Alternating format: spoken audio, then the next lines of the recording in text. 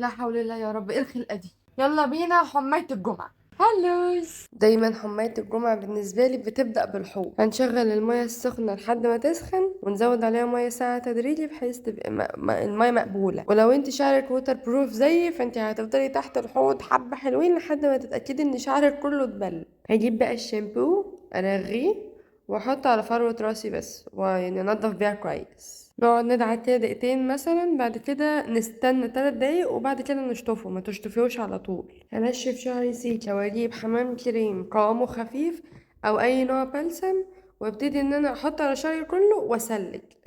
بالنسبه لي البلسم ده للتسليك فقط، وطبعا ابعد عن فروه راسي واسلك من تحت لفوق وبالراحه علشان شعرك ما يتقطعش.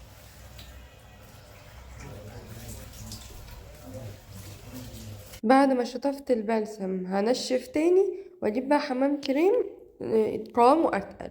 انا بحب كلاري بصراحه تحفه.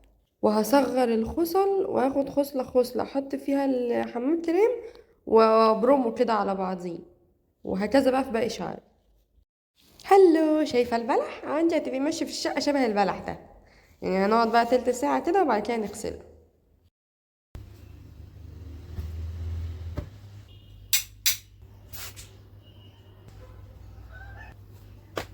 هبدأ أقسم شعري نصين، هلم النص واخد النص التاني أبدأ أشتغل عليه.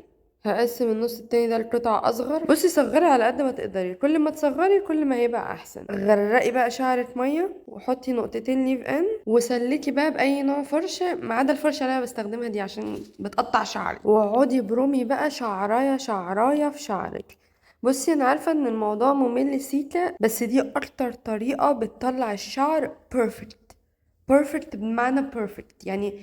ما شفتش طريقة طلعت شعري بالحلاوة دي بصراحة، فالموضوع يستاهل يعني.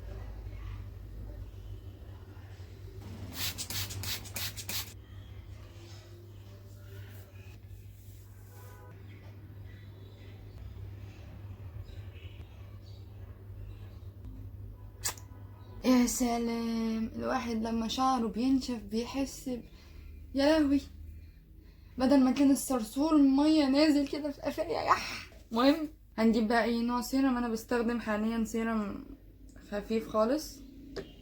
بيتزحلق ازاي، وبشعري كده اهو احاول انكش فيه. انا علشان اصلا في الستايلنج باخد خصله صغننه بخصله صغننه، فانا مش هفصل خصل. فاهمه قصدي؟ يعني مش هعمل كده مثلا. لا مش هعمل كده، عشان انا لما بعمل كده شعري بيهيش. وكمان لما بسيبه على وضعه كده من غير ما افك فيه بيقعد معايا وقت اطول صامد وعلى وضعه كده. فعشان الجو ساقع عشان نقدر ان احنا نغسل شعرنا مرتين 3 في الاسبوع، حرام. لا، فل الفل بس كده. باي.